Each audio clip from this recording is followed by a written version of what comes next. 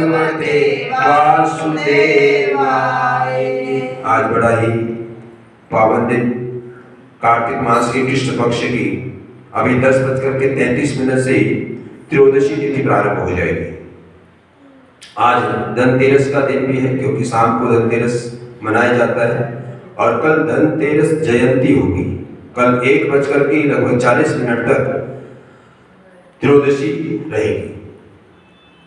कार्तिक मास की उपलक्ष्य में प्रतिदिन सुनाई जा रही कार्तिक मास महात्म्य की कथा में आज धनतेरस के बारे में भगवान ब्रह्मा जी अपने पुत्र नारद जी को श्रवण करा रहे हैं, और इधर नारद जी राजा पृथु को सुना रहे हैं। नारद जी कहते हैं कि राजा पृथु, कार्तिक कृष्णा त्रयोदशी से शुक्ला द्वितीया तक इन दिनों में सायंकाल में गांव से बाहर जाकर के यमराज को प्रसन्न करने के लिए दीपक जलाना चाहिए, और इससे अकाल मृत्यु आदि नहीं होती।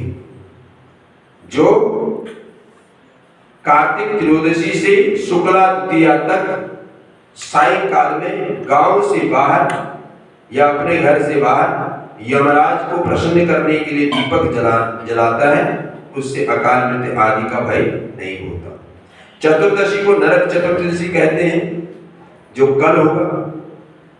नरक से डरने वाले मनुष्य को इस दिन प्रातः समय ही तिल का तेल लगा करके स्नान करना चाहिए। वैसे कार्तिक के महीने में तेल नहीं लगाना चाहिए, लेकिन चतुर्दशी को आपने शुरुआत में सुना होगा कि चतुर्दशी को एक दिन तेल लगा सकते हैं, वो है चतुर्दशी। तो चतुर्दशी को नरक चतुर्दशी भी कहते हैं, और नरक से डरने वाले मनुष्य को इस दिन प्रातः समय ही तिल का तेल लगा करके स्नान करना चाहिए। अपामार, दुर्वा और चक्रमर्दन इनको लगा करके स्नान करना चाहिए, और फिर दक्षिण की तरफ मुख करके यमराज को तर्पण करना चाहिए। फिर अपसभ्य होकर के जल में तिल मिला करके 3 अंजलि दे करके ओम धर्मराजाय नमः, मृत्युये नमः, अंतकाय नमः, कालाय नमः, सर्वभूतक्षाय नमः, उदुम्बराय नमः, ददन्याय नमः, प्रविष्णे नमः, त्रिपुराय नमः, चित्राय नमः, चित्रगुप्ताय नमः, इन मंत्रों से तर्पण करना चाहिए।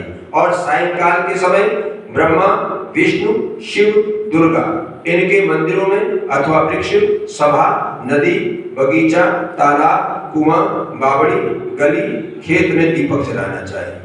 यदि कोई शस्त्र से मारा जाए तो उसके निमित्त चतुर्दशी को दीपदान करने से अक्षय फल की प्राप्ति होती है। और फिर कन्याओं, ब्रह्मचारियों तथा तपस्वियों को भोजन जो कराता है उसे निश्चित ही शिव लोक की प्राप्ति होती है। यदि ब्राह्मण को भोजन कराए तो फिर यमपुरी को देखना तक नहीं होता। इसी प्रकार अमावस्या के स्नान करने के लिए पितरों का पूजन भी किया जाता है, और दिन के तीसरे भाग में पितरों का श्राद्ध करें, वह भोजन करें। सायंकाल में अपने घर में तुलसी के स्थान पर, ब्राह्मण के घर में, मित्र, देवता इनके स्थानों में दीपमाला करनी चाहिए। और चौरस्ता, शमशान जहाँ पर 4 रास्ते निकल रहे हो, शमशान, नदी, पर्वत, गौशाला में दीपक जलाएं, और फिर लक्ष्मी जी की स्तुति करके उनको जगाएं। जैसे पतिव्रता स्त्री पति से पहले जागती रहती है, वैसे ही श्री लक्ष्मी जी भगवान से 12 दिन पहले जागती है। अमावस्या को बाल पितरों इनको छोड़ करके भोजन नहीं करना चाहिए। अमावस्या के दिन सायंकाल में श्री लक्ष्मी जी का पूजन करके भोजन करना चाहिए। सारे घर में दीपमाला करनी चाहिए, घरों को स्वच्छ करके खूब सजाना चाहिए, मालाओं से सुशोभित करना चाहिए। सभी स्त्री पुरुष नवीन वस्त्र पहन करके गीत, हास रास आदि में से अमावस्या की सारी रात बितानी चाहिए। रात्रि भर दीपक जलाना चाहिए, और उस रात को लक्ष्मी जी सब घरों में फिरती है। जो घर अधिक सुंदर होता है, रमणीय होता है, उसमें बहुत दिनों तक लक्ष्मी निवास करती है। और तब एक पहर रात्रि जाए तो उस समय शुभ या पुराने पंखे पर घर का दरिद्र रूप, कूड़ा करकट बाहर डाल देना चाहिए। ऐसा करने से लक्ष्मी वहां स्थिर रहती है। और दूसरे दिन गोवर्धन बनाकर उसका भोजन करना चाहिए। अपने भाई बंधु को सहित ब्राह्मणों को भोजन करा करके आप भी नवीन अन्न का भोजन करना चाहिए। और इस दिन भगवान श्री कृष्ण ने इंद्र का मान संवर्धन करके श्री गोवर्धन पर्वत को भोग लगाया था। तो ये 5 दिनों का त्योहार है। आज धनतेरस का दिन है। ये त्योहार दीपावली के आने की सूचना देता है। आज का दिन दिवाली का दिन का आने की सूचना देता है। ये कार्तिक मास की बलि पक्ष 13 को आता है। हालांकि अभी त्रयोदशी शुरू नहीं हुई है, 10:30 बजे से शुरू होगी। अतः पहले से ही घरों को रंग रोगन सफेदी आदि करा करके सुशोभित कर लेना चाहिए। और इस दिन भी बहुत सी जगह मिट्टी के दीपक का तेल भर करके जलाना चाहिए और इनमें से एक दीपक अपनी तिजोरी के पास रखना चाहिए, आंगन के बीच में रखना चाहिए, सब दरवाजों पर रखना चाहिए। इस त्योहार पर लोग बाजार में पुराने टूटे बर्तन बदलते हैं तथा नए बर्तन आदि सामान खरीदते हैं। और इसी दिन से लक्ष्मी जी का आह्वान शुरू हो जाता है। और इसी दिन भगवान धन्वंतरी वैद्य भी समुद्र में से अमृत का कलश लेकर के उत्पन्न हुए थे, इसलिए धनतेरस को धन्वंतरी जयंती भी कहते हैं।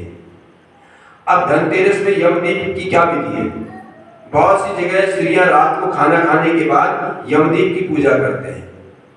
एक माटी के दीपक में तेल भर करके चौमुखा दीपक बना करके उसमें एक कौड़ी में छेद करके डाल देना चाहिए उस माटी के बर्तन में, और दीपक को जला करके जल की छींटा दे करके 4 पूरी या सुहारी गुड़, फूल, धूप और दक्षिणा रख करके रौली चावल से पूजा करके 4 उसकी परिक्रमा लगानी चाहिए उस दीपक की, और दीपक को घर के बाहर रख देना चाहिए आज तक। और सुबह उसमें से कौड़ी निकाल करके अपने पास रख लेना चाहिए।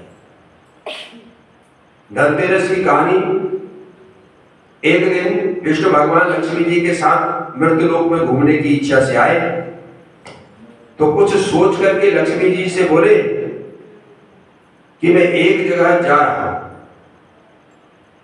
और तुम यहीं पर बैठ जाओ, लेकिन दक्षिण दिशा की ओर देखना मत। इतना कहकर के भगवान विष्णु स्वयं दक्षिण दिशा की ओर ही चले गए और लक्ष्मी को बोल गए कि दक्षिण दिशा की ओर मत देखना। तो जब लक्ष्मी जी ने देखा कि भगवान स्वयं तो दक्षिण दिशा की ओर जा रहे हैं और मुझे देखने के लिए मना कर रहे हैं, वो असमंजस में पड़ गई। तो इसमें कोई ना कोई तो भेद है और इस भेद को जरूर देखना चाहिए।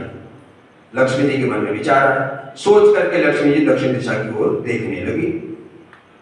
तो उस समय उन्हें दक्षिण दिशा में पीली सरसों का खेत दिखाई दिया और उसे देख करके लक्ष्मी जी की आंखें ललचाई और उस खेत में जाकर के अपना श्रृंगार किया। श्रृंगार करके आगे कुछ और बढ़ी तो गन्ने का खेत दिखा। गन्ना देख करके उस खेत में से गन्ना तोड़ करके चूसने लगी। तो इतने ही में वहां विष्णु भगवान आ गए और लक्ष्मी जी को देख करके वो बड़े ही क्रोधित हुए। दूसरे जब उनके हाथ में गन्ना देखा तो कहने लगे कि तुमने खेत में से गन्ना तोड़ करके चोरी करके खाया है, सो ये तो बहुत बड़ा अपराध है। पहले तुमने मेरा कहना नहीं माना, मैंने दक्षिण दिशा के लिए की तरफ देखने के लिए मना किया था। अब इसके बदले में तुमको इस गरीब किसान की 12 वर्ष तक सेवा करनी होगी जिसका ये खेत है, ये भगवान विष्णु ने कहा। अब ये सुन करके लक्ष्मी जी घबरा गई, परंतु जो बात भगवान के मुख से निकल गई उसको तो पूरा करना ही पड़ेगा, उसको तो पूरा करना ही था।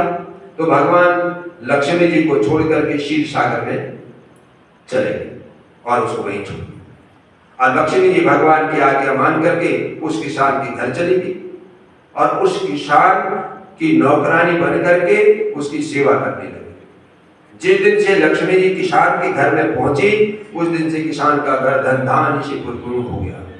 अब इस प्रकार 12 वर्ष बीत जाने पर जब लक्ष्मी जी जाने लगी तब किसान ने उन्हें जाने से रोक दिया। 12 वर्ष बीत जाने पर विष्णु भगवान ने देखा कि लक्ष्मी जी नहीं आई, क्योंकि 12 वर्ष का टाइम दिया था और समय ज्यादा हो गया, किसान ने जाने नहीं दिया। तब वो किसान के घर गई और लक्ष्मी जी से चलने के लिए कहने लगी, परंतु किसान ने लक्ष्मी जी को जाने नहीं दिया। तो तब भगवान विष्णु बोले, अच्छा तुम अपने परिवार से गंगा स्नान के लिए जाओ और गंगा जी में इन 4 कौड़ियों को छोड़ देना और जब तक तुम वापस नहीं आओगे तब तक हम नहीं चलेंगे। तो किसान ने ऐसा ही किया। अब जब वो गंगा जी की जैसे ही कौड़ी छोड़ने लगे तो वैसे ही गंगा जी में से 4 हाथ बाहर निकले और चारों कौड़ियों को उन्होंने ले लिया, उन चारों हाथों ने ले लिया। अब जब किसान ने ये देखा तो वो गंगा जी से कहने लगे कि हे गंगा मैया, तेरे अंदर ये 4 हाथ किसके निकले? तब गंगा जी कहने लगे कि हे किसान, ये चारों हाथ मेरे ही थे। तो जो ये कौड़ियां मुझे भेंट के लिए लाया था सो किसने दी है? तब किसान बोला कि मेरे घर 2 प्राणी स्त्री पुरुष आए थे, उन्होंने ही ये कौड़ियां मुझे दी। तो गंगा जी बोली, तेरे घर में जो औरत रहती है वो साक्षात लक्ष्मी है और जो आदमी आया है वो भगवान विष्णु है। तू लक्ष्मी को मत जाने देना, नहीं तो तू फिर पहले जैसा ही गरीब हो जाएगा।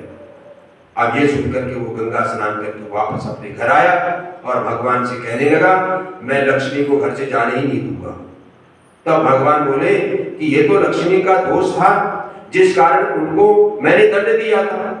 उनके दंड के 12 वर्ष पूरे हो गए, इसलिए अब तो उन्हें जाना ही होगा। तो तब किसान बोला, मैं नहीं जाने दूंगा।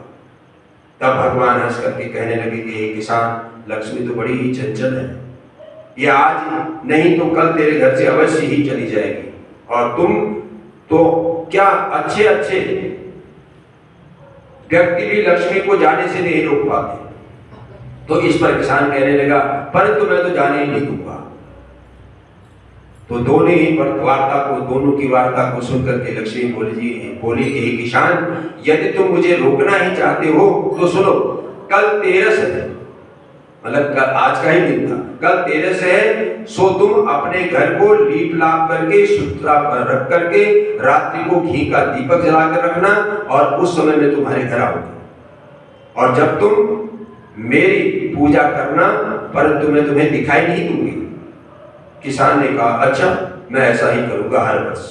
तो इतना कह करके लक्ष्मी 10 दिशाओं में फैल गई और भगवान देखते ही देखते रह गए। और दूसरे दिन 13 को किसान ने लक्ष्मी जी के बताए अनुसार ही कार्य किया, उसी विधि से पूजा की और उसका घर धन धान्य से पूर्ण हो गया। और अब तो वो किसान हर साल 13 को लक्ष्मी जी की पूजा करने लगा और उसको देख करके सभी लोग धनतेरस को लक्ष्मी जी की पूजा करने लगे। तो हे लक्ष्मी जी, जैसे तुम उस गरीब किसान के घर आए वैसे ही हम सबके घर भी आना।